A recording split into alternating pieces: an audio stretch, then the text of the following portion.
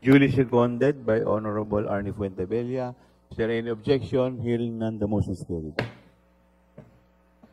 We will now proceed to the acknowledgement of members. May I request the committee secretary to please call the names of all our members present.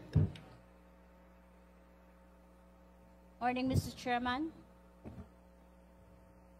In today's meeting, we have the following members in attendance. We have the Vice Chairperson, Representative Romeo M. Acop. We also have Representative Arnie B. Fuentebella, Representative Robert S. Barbers. We also have the following ex-officio members: Deputy Speaker Christine Singson Mihan, and Deputy Speaker, yes sir, Alonto Balindong. We also have here in attendance the following members from the Party List Kabataan, Representative Raul Daniel Manuel. From the Party List Gabriela, we have Representative Arlene Brosas. We also have from the 2nd District of Rizal, Congress Representative Igmedio Tanhuadco III, and from the 1st District of Quezon, Representative Wilfredo Mark Enverga. Your Honors. Thank you. Do we have a quorum? Oh, yes. Mr. Okay. Chairman, Yes. my name was not acknowledged Yes. by the COMSEC. Comsec, would you I please? was the one to move the roll call. Would you please? Apology, Your Honor. We also have the deputized member, Congressman Joseph Steven Carapa Espaduano. Thank you, Mr. Chairman. Yes. Mr. Chairman, before we proceed, may I respectfully move that for the reading of the previous minutes dated November 26, 2025, and for the approval of the same. So move, Mr. Chairman. There is a motion to dispense with the reading as well as the approval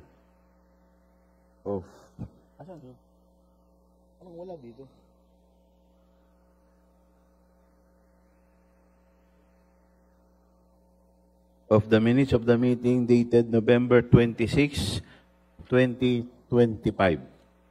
Is there any objection? Hearing none, the motion is carried.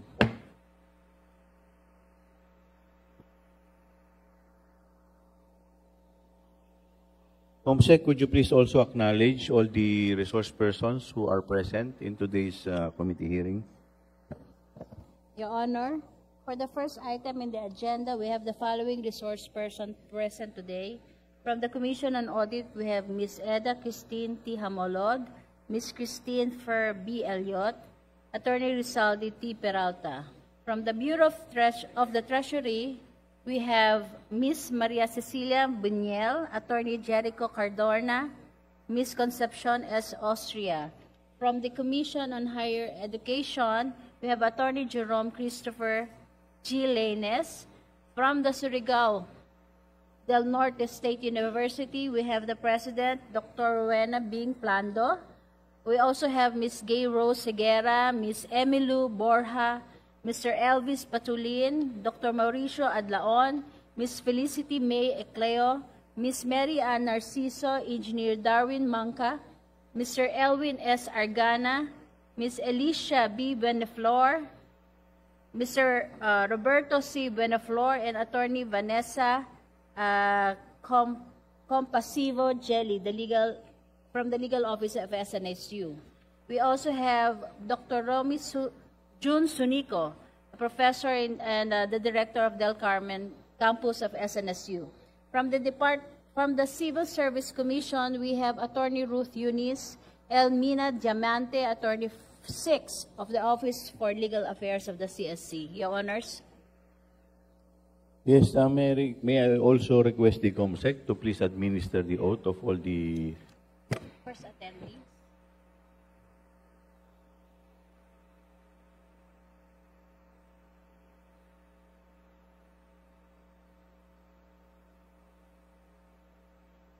May I know kung meron po ba sa inyong hindi pa nakakapag-oath? O lahat po kayo nakapag-oath na?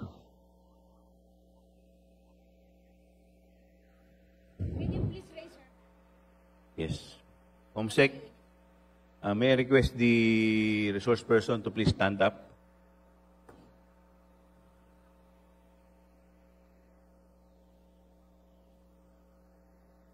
Please stand and raise your right hand.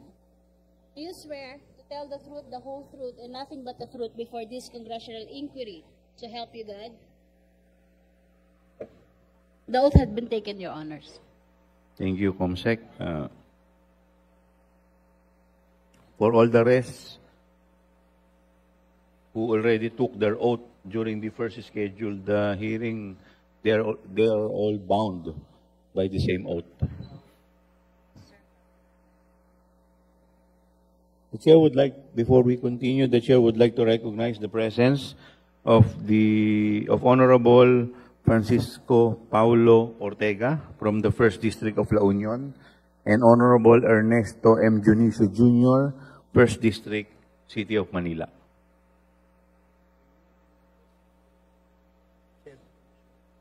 And the newly designated chairperson, Dr. Shirley Agrupis. Ma'am, congratulations. Thank you, Chair. Thank you po. We will now proceed to the preliminary remarks.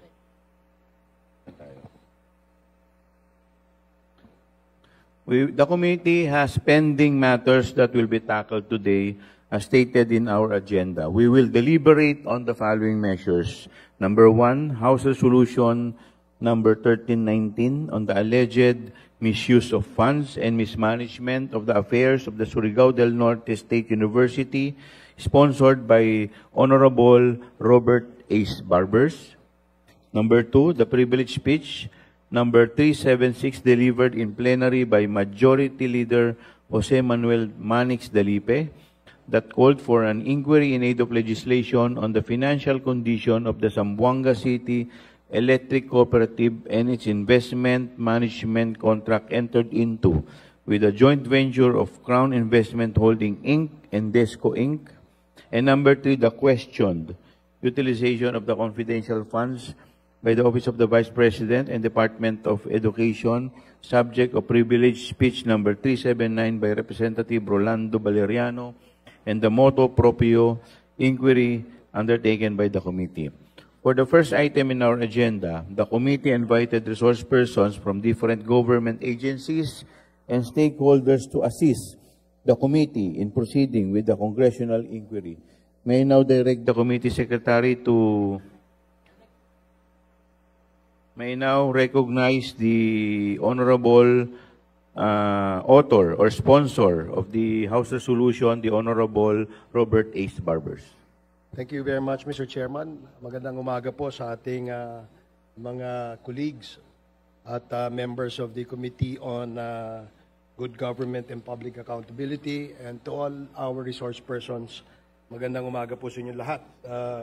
First of all, I'd like to thank the good chairman for giving me the privilege to continue with the inquiry in aid of legislation, which this representation has started last year in August of 2024.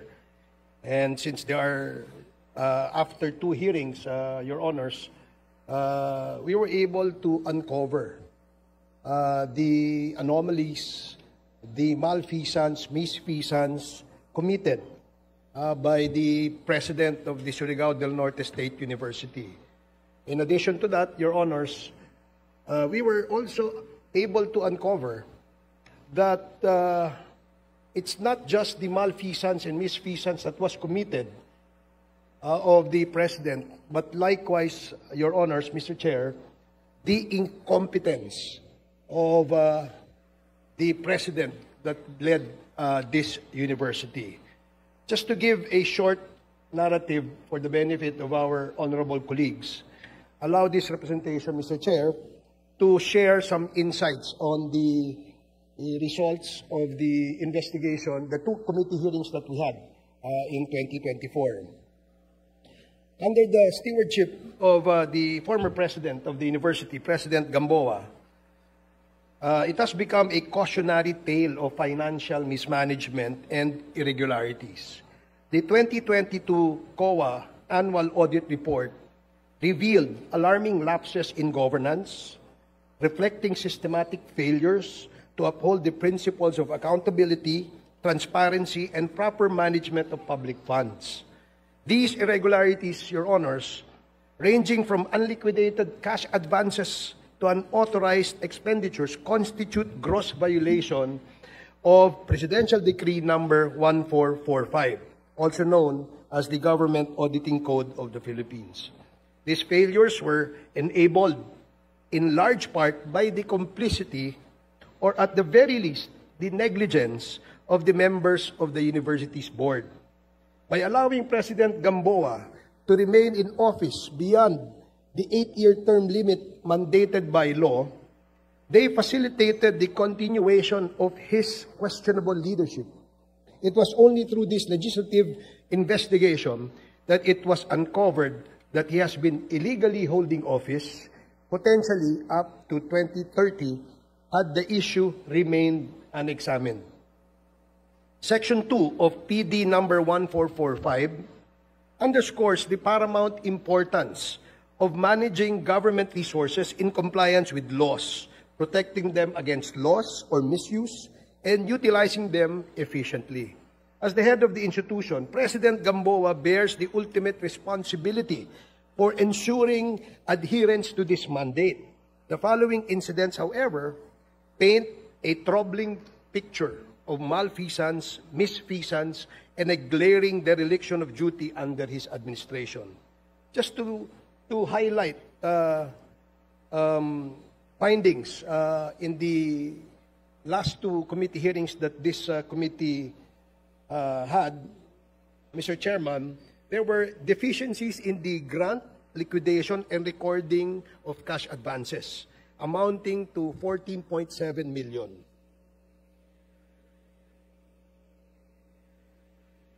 These advances overdue from 31 days to over 10 years.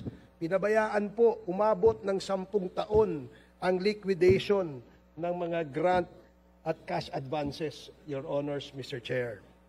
Which, again, we all know is a violation of the COA audit rules. Another is the misclassification of cash advances. This is a classic case of financial mismanagement, Mr. Chair. Further compounding these issues, the SNSU engaged in improper accounting practices, including the misclassification of 1.32 million pesos in cash advances in 2022 alone. Advances designated for payroll and operating expenses were improperly recorded under different categories, violating established financial reporting standards. These discrepancies expose SNSU to risks of misappropriation and further breach government auditing standards. This financial mismanagement underscores the poor governance under President Gamboa's leadership. Not just poor governance, Your Honors, Mr. Chair. The incompetence is glaring, where proper financial oversight and adherence to regulatory guidelines were conspicuously absent. Another findings, Mr. Chair, is the irregular utilization of cash advances for non-designated purposes. Marami pong cash advances na ginawa ang SDO at ito ay hindi ginamit doon sa tamang pagkagamitan ng mga pondong ito base sa ating government auditing rules and regulations. So, bukod po doon sa umabot ng halos 10 taon ang wala pong liquidation, talagang malaking question mark ang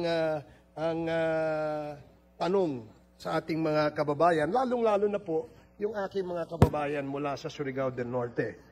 And incidentally, I'd like to welcome my kababayans. Thank you for attending this committee hearing. Marajaw na buntag dito. And of course, congratulations to the newly designated CHED Commissioner, Ma'am Shirley Agrupis. Now, to continue, Mr. Chair, There's also a finding that there was a double payment of daily travel